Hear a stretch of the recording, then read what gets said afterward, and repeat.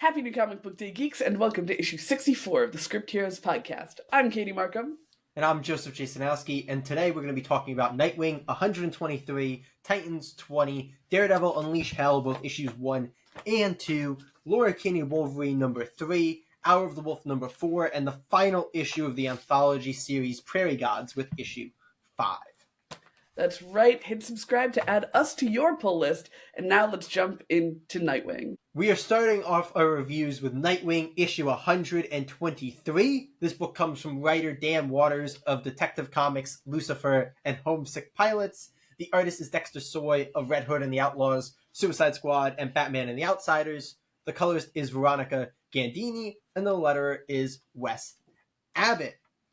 This is, I think I'd say the most fantastical, I guess, or it certainly is much more comic booky than this run has been so far. So I'm interested to hear what you think of this direction for it. Yeah, we're injecting a bit more, super into Nightwing with this.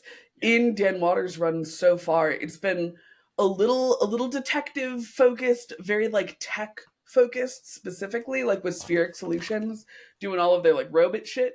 And now we've got like genetic mutations and stuff. And it's like, all right, this is a good, healthy thing to see in a Bat Family book.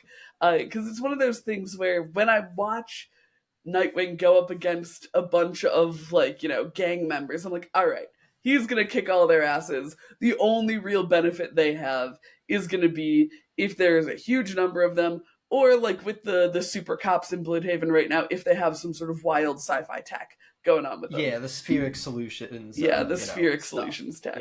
Yeah. But with this, we're getting the Flyboys who are juiced up on some extra wild Bloodhaven history to pull, Mr. Dan Waters. Yeah, with, 2006? 2006, yeah, when there was like the chemo thing in Bloodhaven. And this is juicing up all of these already mutated gang member addicts, which was so cool. We love to see Nightwing go up against like a massive bug man. That's just good quality content to me personally. Especially when it's mixed in with all of the other detective shit going on. I feel like along with that, Dan Waters also let himself be a little goofier in this issue. Yeah. Like Dick was a little snippier. Like he's done some one-liners in previous issues, but they've been very serious issues thus far. Killing kids in them serious issues. Yeah. And in this one, you get to see Nightwing go all out against a giant bug foe. And I think that also lended itself to a little bit more of a lighthearted Dick Grayson, which I thought was really, really well done. We've said this about Dan Waters before. It's nice to see that he can do that blend. He can do serious Nightwing, and he can do goofy Nightwing.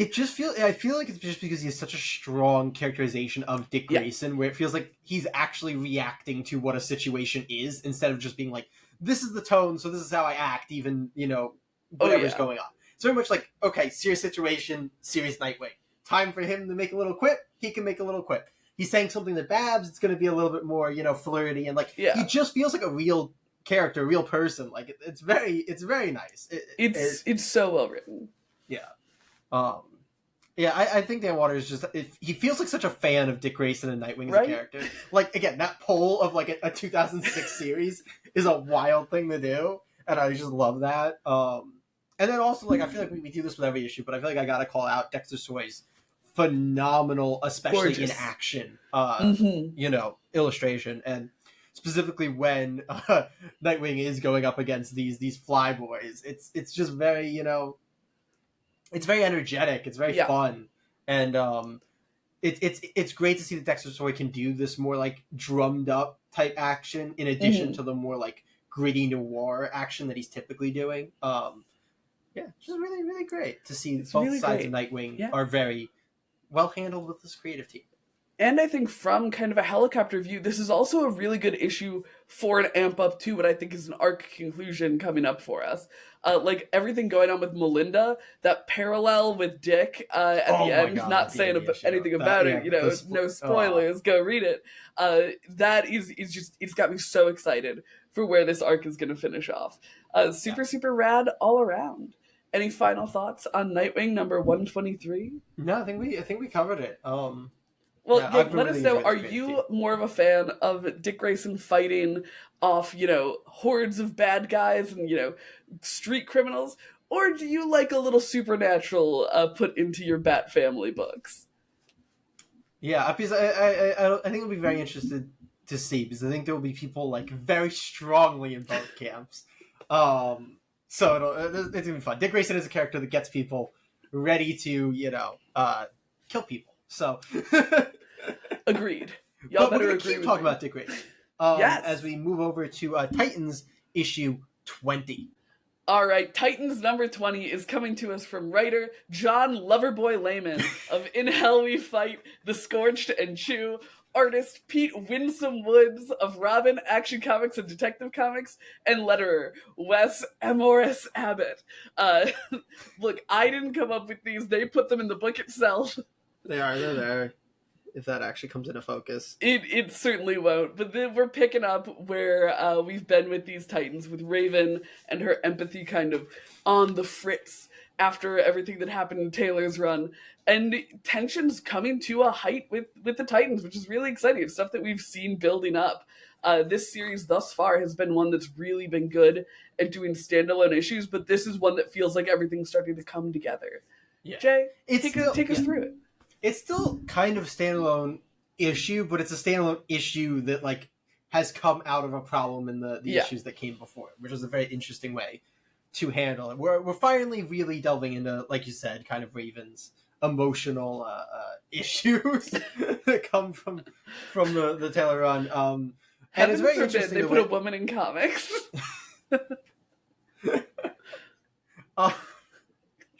Okay, so we are seeing Raven like manifesting her thing, and it's impacting the people around her, which actually has us open with what isn't one of those, but Donna and Roy kissing, which is Which interesting. Roy in what that's immediately gonna- blames on Raven anyway. yeah, despite her not being there. Yeah. Which is deeply funny. But yeah, it's a very interesting issue because it's a little bit less, like villain focused than a lot of the other issues have been. So instead of being a villain of the week, it's more of like a personal issue of the week.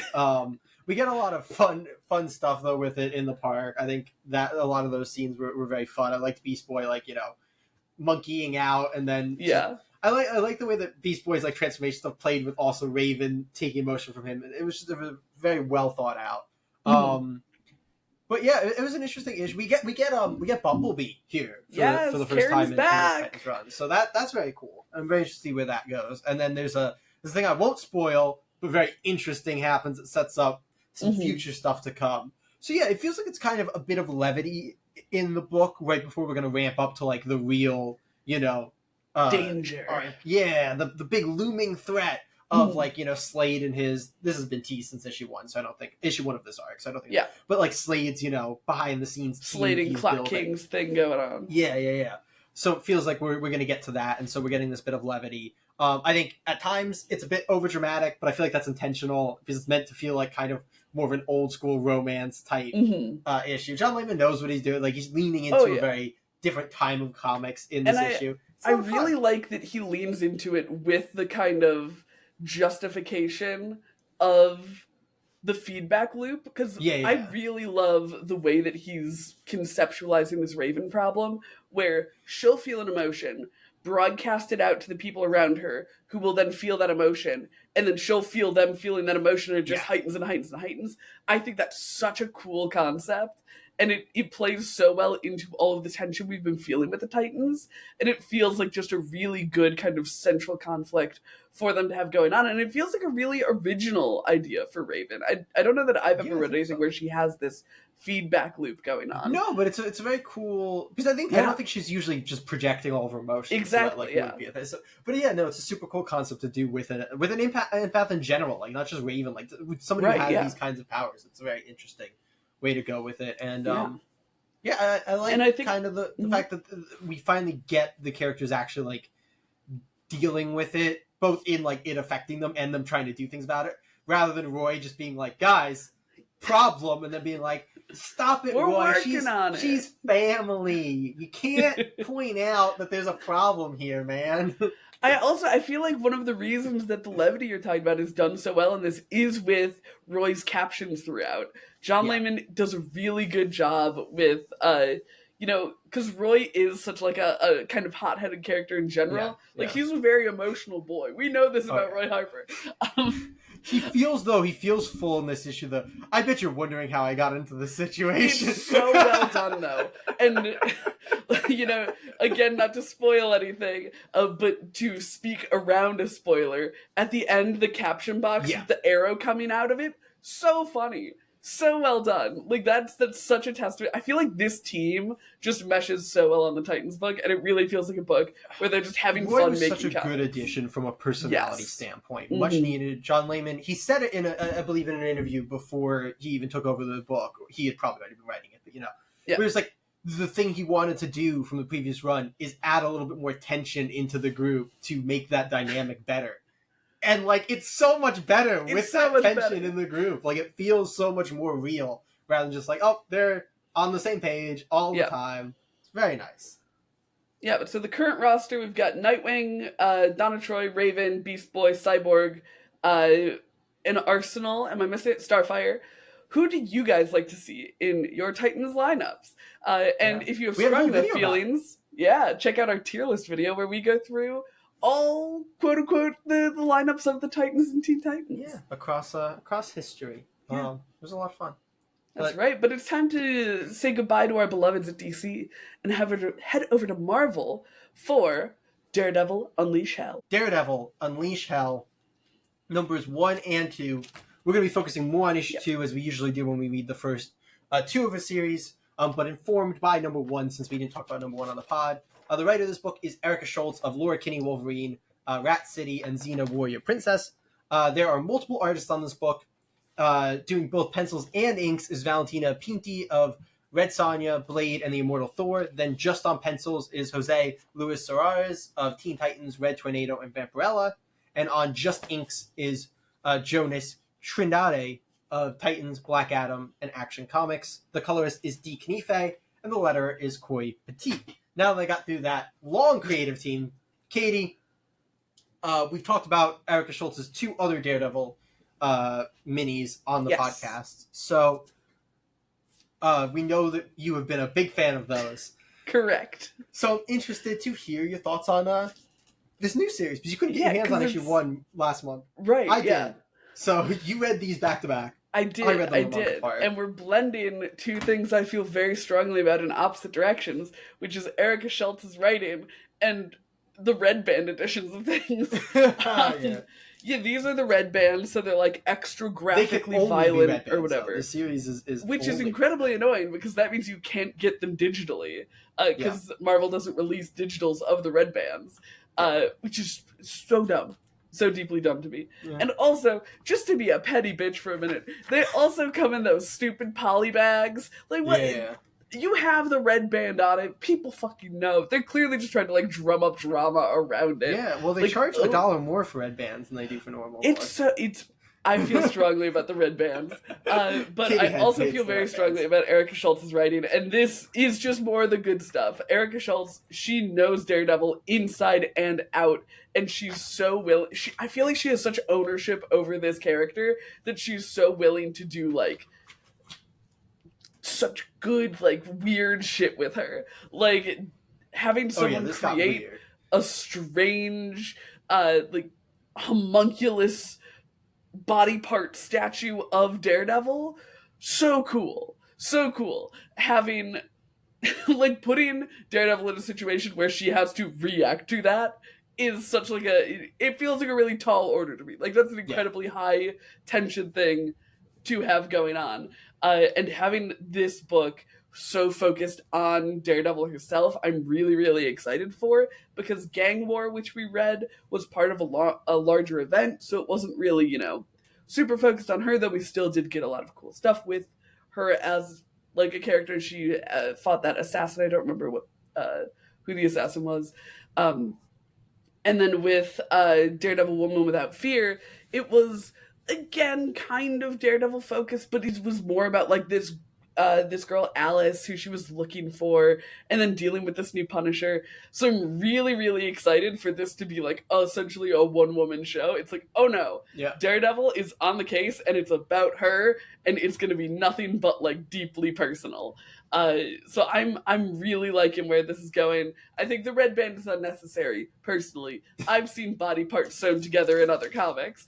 Marvel's just real squeamish about it, man. They really don't like are. anything. Because, like, this is it's not clearly that just like a big crazy of a marketing red thing. band issue. Yeah. You know, like especially this issue. Like I got it with the first one where they showed like the full body part statue, but it's like, okay, somebody's head exploding, whatever.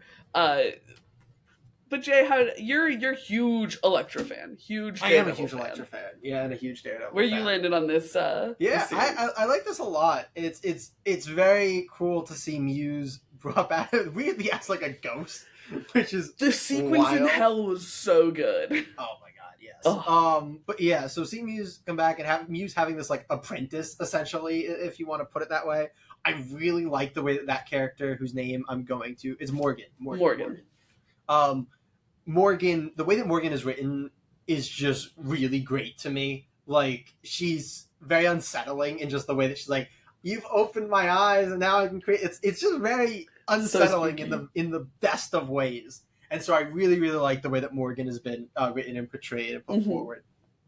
And I also really like, again, I said this doesn't go, I think, as far as a red band probably should go, but I really do like the visuals in this book in general. Like, it's this great mash of like reds and pinks, and it's the blood and the paint and the Daredevil, and it's all really, really great on that front. The one thing I will say that is wild to me, and it was a small snapshot. This is the first time we've seen Erica Schultz write Matt Murdock himself as he shows up in Daredevil this issue.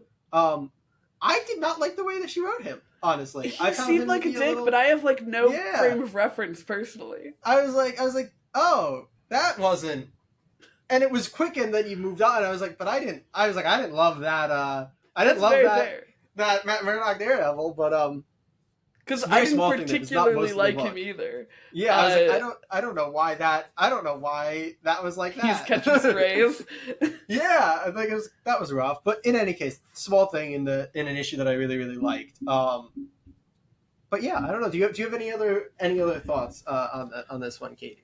I don't think I do. Like you said, cool visuals. Yeah. But I think that is a good call out that it might be a little anti-Matt. Which I hadn't gotten the vibe from Erica Schultz that she like was writing Elektra to be anti-Matt in the other books until their interaction here. And I was like, wait, what? Like, wasn't her whole motivation to becoming Daredevil to be like a hero that Matt would be proud of? And then she's just like, nah. And then she's just like, and like, don't talk down to me. It's like, who made him talk down to you? Yeah, like agreed, but also, why is he talking down to you? But yeah, in any case, let us know, how do you feel about Elektra as Daredevil? Because as we go into the fourth mini in general and the third by Erica Schultz that has Elektra as Daredevil, it seems like she's, sticking around in this role. How do you feel about the two Daredevils? Do you like it better when Elektra has her own, I don't, name's wrong because she is just Elektra when she's Elektra, but like, do you like it when she has her own like personal thing, or do you like her being a Daredevil? Let us know. But speaking of legacy Marvel women, let's talk about Erica Schultz writes. Yeah, who Erica Schultz writes. We're going to talk about, continue to talk about Daredevil, but also talk about Laura Kinney, Wolverine. All right, Laura Kinney, Wolverine, number 3. This is yet again coming to us from Erica Schultz, writer of Daredevil, Rat City, and Xena Warrior Princess. The artist is Giada Belviso of Jackpot and Black Cat, Miss Marvel, and Blood Hunters. The colorist is Rochelle Rosenberg, and the letterer is Corey Petit. And this one we're picking up after the truly explosive issue 2, where the mutant bomb, the person mutant named Bomb, exploded at Luke Cage's like press rally or whatever. We get Laura literally rebuilding herself. Yeah. Wild. And also Cage trying to... I think I pointed out I didn't say I talked around it on the pod because I don't want to spoil it. I was very upset in the last issue that Luke Cage just like didn't do anything after being warned. And he kind of just shows up in this issue and then is like, why did you guys try to stop that bomb that I didn't try to stop? And I was like, Luke Cage, what the fuck are they doing with you? Luke Cage, a bomb went off. Yeah, Luke's in a weird position here. It's like it was borderline, the like kind of what is it, Animal House, where they're just like cursing the sky about the group. It's just like, oh, something went wrong. Daredevil, something went wrong. Wolverine. It's like it wasn't their fault. It feels like they wanted, a mayor to do that with, and it was like, well, Luke Cage is the mayor. Sorry, Luke Cage, we gotta screw you over here. So yeah, that's a funky little characterization for Luke. But we get a lot more of Daredevil and Wolverine. We do. Yeah. Interacting in this. I like their dynamic a lot, Yeah. honestly. It's a lot of fun. I will say, I could do with Elektra saying "you Wolverines" a little bit less. Like it feels like she's just constantly saying it so she can pull on like knowing Logan despite not knowing. It's just a little weird that she keeps. It's overused the tad. Not a huge. I agree with that. I definitely agree with that. I also think that she's like a little too soft for me. Like I think it's actually in both Laura Kinney Wolverine and the Daredevil book where the character says thank you to someone and they're like, wow, I wouldn't expect a Wolverine or a Daredevil to say thank you. And like, why are we dipping into that well multiple times? Yeah, it's an interesting thing to kind of keep going to, but that's not it's not a horrible thing. Yeah. But yeah, this issue, I think, especially with the last one, it meanders a little. Like we don't really, I think, accomplish a ton in this issue. Yeah. Like we kind of pick up where we left off. Like we talk to Bomb, and then we go and we visit the we visit the Bomb because he's called the Bomb. But, Anthony. Yeah. Oh, thank you. He has a real name, I'm sure. But, Laura Kinney Wolverine's gonna come for your ass. She is. But like by the end of this issue, I don't know that we like gained much that we didn't already have in terms of plot direction from last issue. We get the little tease at the end, which I'm gonna say because he's on the cover of issue 4, so I don't think it's gonna be a bad thing. Winter Soldier is set up not in any direct way that's like, oh, here's this, but it's like, oh, Winter Soldier's here. So like we get that, but other than that, I don't think that ending. And I do think it does do important work with introducing one or ONE. I don't know what the nomenclature typically is. It has like little things in it. But we do get the setup of them, and it seems that they're going to be who Laura finishes this series with. But that also throws me off because I believe this is a 4-issue mini. Yeah. And so, like, okay, we're at the end of issue 3, and I feel like I still don't have a great sense of what Laura's plot is in this, which is like my biggest criticism. We spent 2 issues with Daredevil just to then hop to 1 issue with Winter Soldier to end it. Like, it's a weirdly paced and like I think series. That would be fine if we had the ONE one thing happening before, but there's a lot of moving parts in this series, and it feels like they're all kind of spinning on their own little spokes instead of like moving together to move the book around. It's like it's a little bit odd pacing wise. But I do like the characterization of Laura Kinney. I feel like she's I agree. She's gotten much better since issue 1. Issue 1 was a little all over the place, but I think that she's landed on a pretty solid vibe here. But I do think that's a little bit at the expense of Elektra in this book, which is wild to say from Erica Schultz. It's wild to read back to back because, again, despite the same like this is usually what you'd expect when you read like a character crossing over into a different book with a different right. Like she just feels like she's characterized differently in the 2 books, which is a little weird from the same writer. It's a little funky because I think that it's tough when you have a character like Elektra and a character like Laura where they do actually have a lot of personality overlap. So you kind of need one of them to dial it down so the other one can be kind of the, I don't know, cold, aggressive one if they don't have someone to play off with that. Because like if they were both kind of at their full characterization, it would be very like robotic because they're both kind of like emotional in different ways, but like both kind of like I am right type of characters. Yeah. So I get why she had to dial it back, but it's just a little weird. And I will maintain my funniest observation of the Laura Kinney Wolverine book is I feel like the art is great. I really like Giada Belvisa's art. I like the way that she does emotions of the characters. Agreed. The way she draws the fashion for them, though, is so wild. It's so like it's so 2006. Like you could pick this book up in 50 years from now and be like, ah, this book was written in 2025. What the fuck? Like it's so funny to me that they're in crop tops and like cut off denim shorts. Like this truly is an aughts book in the year of our Lord 2025. I do like though. I like the way that Belviso does a lot of the action. Like yes, it's really great. There's a moment where Elektra's I want to say Psy, but her like Psy mixed with Tonfa essentially. You know, wraps around a dead man switch. You know, to keep the guy from being able to actually let go of it. And the way that was illustrated was really, really fantastic. And I really agreed. And the Laura Kinney like reforming was also just like I was gonna say her being like covered in these like spooky wounds all throughout. Very rad. If only it was a Red Band book, they could make them really gross. But you have any other thoughts on this particular issue?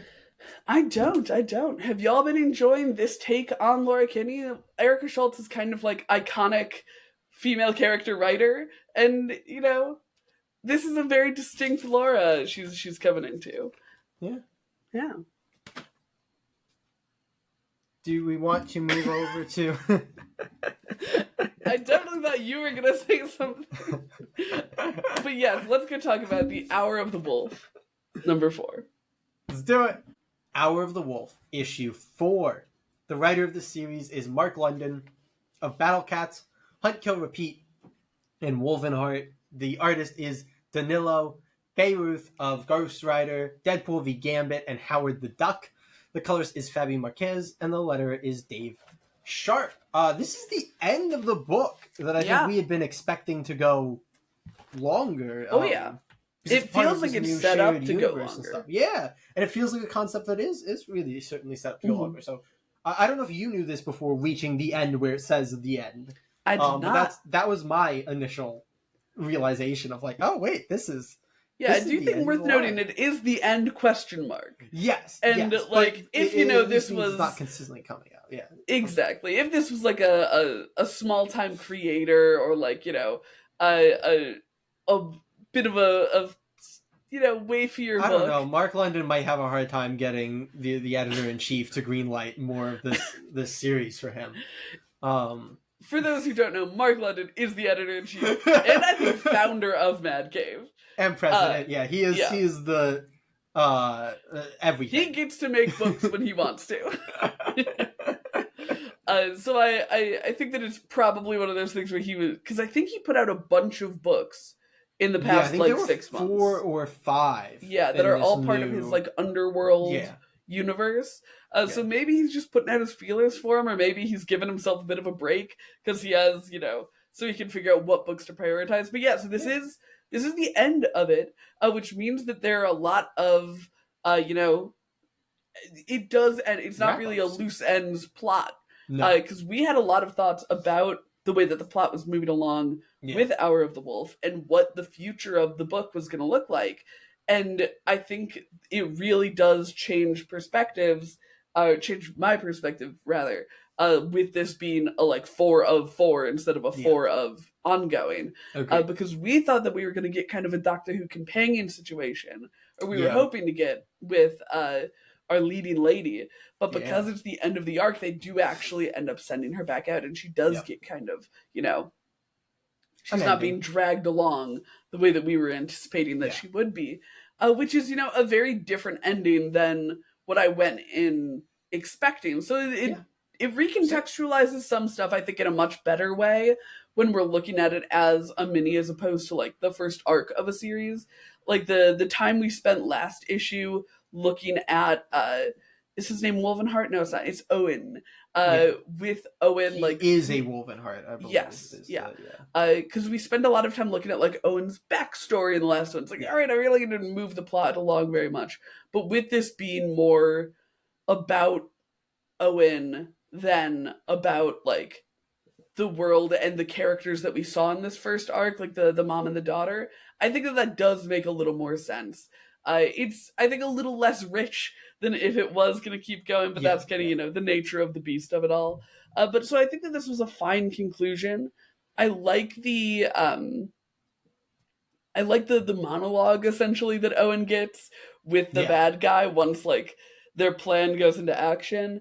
And I think that the pacing of that plan was really, really well done. It felt like very cinematic to me. And I quite enjoyed the way that the plot resolved Yeah. with this 4 issue mini. How did you feel about Hour of the Wolf? Yeah, I agree with you. I think it's a solid conclusion. I think a lot of the character work in this issue is pretty good, specifically around Owen, like you had mentioned. Mm-hmm. I like his interaction with the villain quite a bit. I really like there's like a cool thing where the villain like conjures hooks and he Yeah. grabs one. And he's like, "Oh, we're in a canvas, so this is great." I wish we got a little bit more of that before it was kind of moved on from quickly. Yeah. But I thought that was really fun. I like the idea of the way that we were playing with the painting of it in Mm-hmm. this issue. I thought that was really, really cool. I really like, despite the fact that I think there was a little bit too little on it actually in general, because we also get nothing on it in this issue until the conclusion. Mm-hmm. I like the resolution of the kids thing in this. Yes. I thought that Yeah, was a yeah, cool yeah. beat Very at nice the end. and I really, spooky. yeah. I really, really enjoyed that. I wish we had seen them before that in this issue. That's Mm-hmm. like my slight gripe. But yeah, overall, I agree with you. It's recontextualized a lot by this being the end of the series. I was initially very disappointed to not see Jan coming along, Yeah. but then once I realized, like, oh, this is where we're kind of leaving this off, it made a lot more sense. Mm-hmm.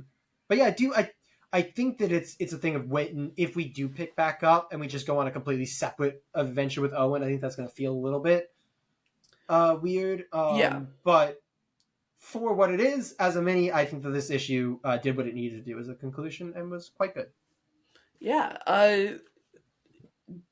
To our dear listeners, when you're looking at the pacing of something, do you think that there's a happy medium between pacing for an ongoing and pacing for a mini? Or do you really have to commit? And with that, do you think you should maybe lean into it being a mini, you know, a 4 of 4 on the cover? How do you think you should communicate to readers how to read your book? Yeah. In general, how do you like the miniseries environment of current comics? Do Yeah. you prefer ongoings? Would you like to see more ongoings? We all know that Jay would. Yeah. But Yeah. speaking of miniseries and miniseries that are ending, we've got Prairie Gods number 5 to round things out. Prairie Gods number 5. This is coming to us from writer-artist Shane Connery Volk of Nottingham and the letter Becca Carey. This has been a sick anthology-esque series here, and we're at the end of it. The final story. This one titled Emerrock. Jay. Yes. Prairie Gods. Prairie Gods. Yeah. So I think we had some thoughts about maybe based on what happened at the end of the last issue that there might be more of a connective tissue. Yeah. And that was really the case. We kind of got more of another solo issue. Honestly, less connected than the previous two were to each other. Yeah. So, though connecting back to issue 2, I believe. Yes. But I do think that makes a kind of interesting placement. Like, I am kind of surprised that last issue wasn't actually the final issue. And that, you know, they didn't put the two that came before this as the final two. Yeah. Just based on that slight connective tissue. But not a big thing. Just a slight thought there. Yeah. Interestingly, this issue is maybe my favorite visually. Like, there's a lot of really, really cool visuals. Issue 3, though, has some great visuals as well. But the wolf and just the snowstorm, the blizzard. Yeah, exactly. Visually stunning. Volk does a phenomenal job of making everything so like blurry and like impossible. You to kind of through. Feel like you're like squinting through the snow with him. It's a very cool. It's a very cool vibe, and really I do like gorgeous. The like overarching plot here and kind of the reveal of it at the end. I think that was pretty cool. It's a plane crash. I'm not going to get into what makes it cool. What makes it a Prairie Gods issue. The fun of Prairie Gods. Exactly. But I think overall, this might be the weakest plot of the issues. Agreed. Like, there isn't a great like through line to the plot. The concept and the finish of it is great. The visuals are stunning and fantastic. A lot of the dialogue and captioning is really good as usual as well. But I feel like the overarching plot to this one wasn't quite on the level of especially the last two issues that I just thought were so ridiculously strong from a plot standpoint. But it's still a very, very good issue. And kind of the benefit of Prairie Gods is because everything's on its own. Nothing is like dragged down or Right, like yeah. connected with it. It's just like, okay, I can enjoy this issue. I can enjoy this story. And I feel like that's what this was. This was very enjoyable. Fully agree. I do think something you touched on, I do actually think it's kind of a big deal that this was the last one. Because, like, it's the last one. So, you know, Yeah. that's so, like, deeply important to the end of a series, even one that is a series of anthology books, essentially anthology books. I really think that it would have been a completely different vibe if they had put this one in the spot of, like, number 3 or number 4, and Yeah. then let number 4 be the I final think number 4 issue. should have been the final issue. For I sure. think that it would have been so much more effective. Frankly, I think it's actually big bummer that it's not the other way around. But on its own, it is also not my favorite issue of Prairie Gods. Like you said, I think it's a lot more kind of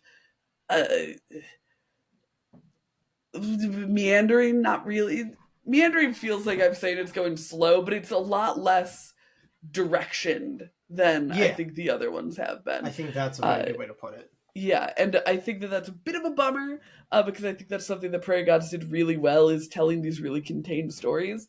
And I think this one, my big gripe with it is that I feel like it dipped its hands in kind of both pots a little too much with the kind of time alone in the woods and the connection to what's happening at the Air Force Base. Yeah. I kind of wish that we got just like the entire thing until the big reveal at the end. Like, I really wish that we were a lot tighter on our man in the woods, and that the wolf thing, the hunting of it all, was drawn out a bit more. The wolf was very cool. The wolf was very cool, and I feel like the really cool thing there was like it's hunting him aspect. I agree. And I feel like we didn't quite get that feeling enough. No, but totally agree with you. I still really, really like this series. Saying it's my least favorite of the 5 issues of Prairie Gods it's still a great issue. Yeah, like not criticism at all in terms of like against things that are in itself. You know, exactly. But you know, opens the door. What is your favorite issue of Prairie Gods? Asking you at home. Yes. Let us know down below. And do you agree with us that issue 4 should have been the conclusion? Do you have a different issue that you think should have been the final one to go? Because they are all anthology stories in that sense, that they don't have a... Or did were you hoping for a stronger connective tissue? I'm personally very happy with the anthology of it all. Yeah. I think it's just it's based on like 4 going before this and the way that 4 ended. You kind of thought that there would be something, you know? Yeah. Maybe that's me. But that takes us to the end we have, of our reviews, which means it's time for the pull list rec. Jay, do you have one picked out? Yeah. This is interesting. This is tough. It's a tough one to do. I have a couple that I think are very similar for me in terms of what I want to give the fullest recommend. Do you have a strong decision? I also don't, but I can make a decision very quickly here. I am going to give my pull list rec to Daredevil Unleash Hell number 2. I think that it very much has the benefit of, being having read numbers 1 and 2. It's really easy to get in on it now. I think that it's really great characterization for Elektra, and I feel like it's got a really exciting plot going on that's gonna have a lot of room for there to be cool things. I'm so sorry that it is a red band. If I could change it, I would. That's very fair. I'm gonna give mine to... Oh wait, I should grab it. That's an important step. The visual aid. I'm gonna give mine to Titans issue 20. That's so fair. That was my other one I was contending with. It has just such good... Yeah, I was debating between... I had Nightwing in there as well, actually. I was debating between the 3 of them. But yeah, it's just such a strong single issue, as most of Layman's Titans run has been. Yeah. It's really enjoyable for what it is, and the way that it's setting seeds for things to come is great. So I recommend you pick up Titans issue 20, and you should also pick up, Daredevil Unleash Hell number 2. But that takes us to the end of our episode. Jay, what are we going to be talking about next week? So next week, we are actually going to be talking about numbers 1, 2, 3, 4, 5, 6 books. We're going to be talking about 6 books. We're going to be talking about Batman The Long Halloween, The Last Halloween, issue 5, Justice League Unlimited, issue 4, Murder Kingdom issue 4, Teenage Mutant Ninja Turtles issue 7, Ultimate Spider-Man issue 14, and the spin-off to book Beyond Mortal, Jump Scare number 1. Yes. Very exciting. But if you can't wait for that episode to come out, not to worry, we've got you covered. This weekend we posted our tier list of iconic comic book resurrections. So a bit of a turn on the head of our iconic comic book deaths. We got some good ones in there. Resurrections are real funky. There's some weird stuff with worms really that you don't want to miss. And this coming weekend, we're going to have our Strange Saturday Super Show, which Jay has picked out this week. Jay, what are we going to be talking about? We are going to be talking about a book that, honestly, I'm shocked I have not already had us talk about. I'm shocked it has never come to my mind when trying to pick a Strange Saturday Super Show book, because it is one of the weirdest books I've ever read in my life, but I love it so much. We're going to be talking about Metal Shark Bro. All right, okay. I've never heard of this. The Scout comic series about a shark who eats somebody whose soul was owed to the devil and now has to repay the devil by collecting souls for him. That sounds phenomenal. I am so fucking excited. But if y'all have any Strange Saturday Super Show recommendations, let us know. What did you pick up at the comic shop this week? Any of our polls? How did you feel about them? But that is going to be it for us here at the Script Heroes Podcast. Yep. We hope that you'll join us next week. Comic Geeks.